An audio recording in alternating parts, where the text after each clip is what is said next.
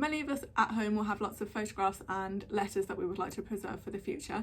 So today I've asked our Collections Officer Henrietta to show me the easiest way to do this by myself at home. Hen, where do we start?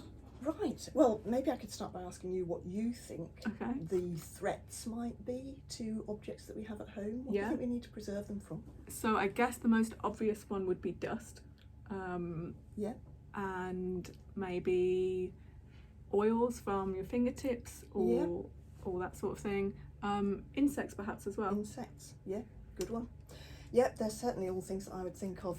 And I've got a couple of examples here of the sort of thing that we might be talking about. This is a photograph that came down through my family. It's a 19th century photo. We don't actually know who she is. She's called Mrs. Roberts, but who Mrs. Roberts was, why she was connected with my family, I have no idea. But it's a lovely photo, and I wouldn't want it to deteriorate. And here's another little example. This is a little drawing, which was done by a friend of mine. Now, yes, it is me. Yes, I was 4 years old. Amazing. And because I was 4 years old, that shows you it's a very, very long time ago indeed. But my friend, she's Norwegian, she'd just brought over a Norwegian cardigan for me, and of course it's much too big, and she thought it was so funny that she drew a picture. She's now quite a well-known artist, so I didn't want that to be destroyed either. So what are some of the things that we might want to preserve this from? Well, the first thing I'd mention actually is light. Because light will over time affect anything on paper, whether it's a photo or a drawing or a letter. So the best thing that we can do for objects like this is to keep them in the dark. And the simplest thing is a box with a lid. And this is just a shoebox. I mean, you can put things into a simple box like this and cover it. And that means that the light is not going to fade your objects.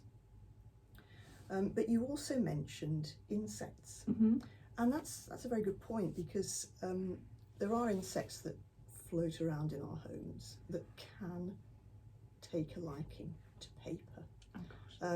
One of them is the silverfish, which is a little tiny silvery insect with little antennae, go like that. Fortunately, they don't have wings, so they crawl about on the floor. Most of us have a few of them in our homes, they're nothing to worry about. But if we want to make sure that we protect things from them, the best thing is to put our box on a shelf above the floor, because that will protect the box from crawling insects that tend to live on the floor. You mentioned dust as well. Well, something with a lid is going to protect your objects from dirt and dust. And the other thing you mentioned, which I thought was really interesting, was fingertips. In museums, we often say that the thing that is the biggest threat to objects is people. It's us. We can break things and tear things, and if we handle things a lot over time, the moisture in our hands will affect them. And one thing you can do actually, if you have a little box of objects, whether it's photos or letters or whatever, is to write a list for yourself of what's in there.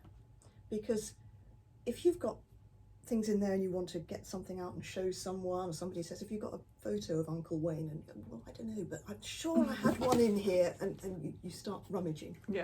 As soon as you do that, you put the objects at risk. But if you have a little list in the top which says, you know, photo of Uncle Wayne, 1955, then you will know what's in there. And you're not going to endlessly be rummaging through. It can be tempting to put things like this into plastic wallets.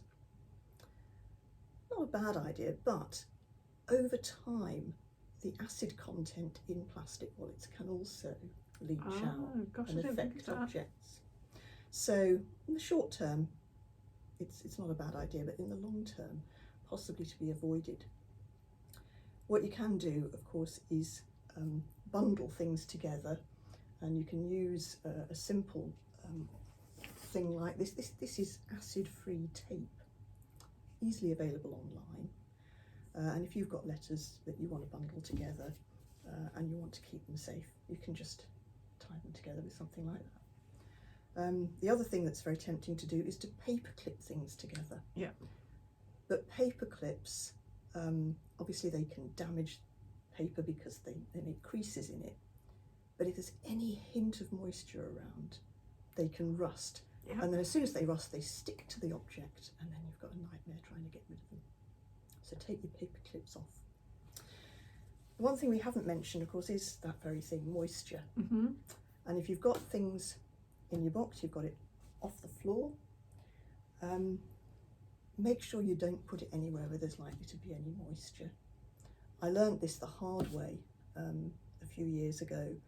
We had some photos in a little box and we put them on a shelf, but it was against an outside wall, and we discovered there was some rising damp in the outside wall. Oh, no. And so the box got mouldy and some of the photos Oh, got no. mouldy as well. So that was a really good lesson. Yeah. Make sure that where you put your box is somewhere dry. So that's the really simple way of keeping things safe. But if you've got things that are really precious to you, and I suppose, you know, things like this, the things that I've brought in, they probably qualify for that. They're things that you really want to keep for the future. You can invest a few pounds and get yourself some archival quality boxes. Mm-hmm. And these are quite easily available online. This is an example here. You can order these. They're not terribly expensive. And they come, well, this sort comes as a flat pack. So they're flat and you just make them up as you need them. And the wonderful thing about these sorts of boxes is that they're acid free.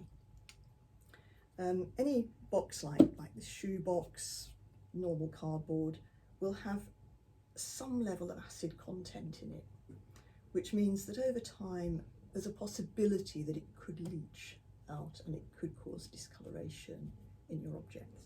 But this won't. This will keep them absolutely as they are when they go in. And this is the kind of box that we use to keep our archival material at Winterbourne. A lot of archives and museums will use them as well. Can you just purchase them online fairly easily? You can, if you Google acid-free archival boxes, you can find them. They come from suppliers of conservation materials.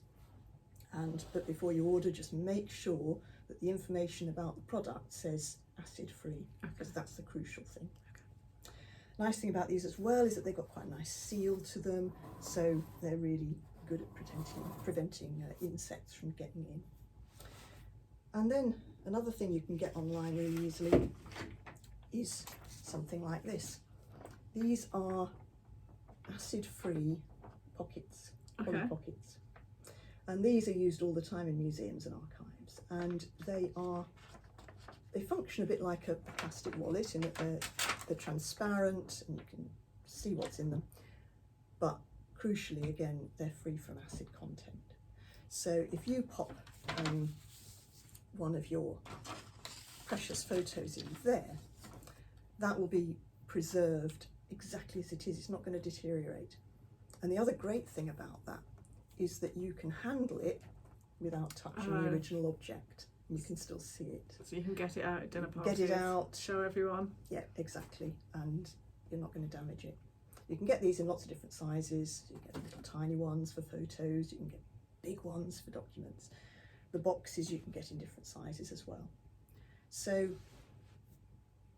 really the message is it's actually quite easy to keep things safe if you take some really, really simple measures, and just by investing a few pounds you can do it really securely in acid-free materials. Perfect. Well, thank you very much, Hen. I've definitely learnt a lot this evening, and I'll be picking up some tips for my collection at home. Thank you very much. Thank you. Bye.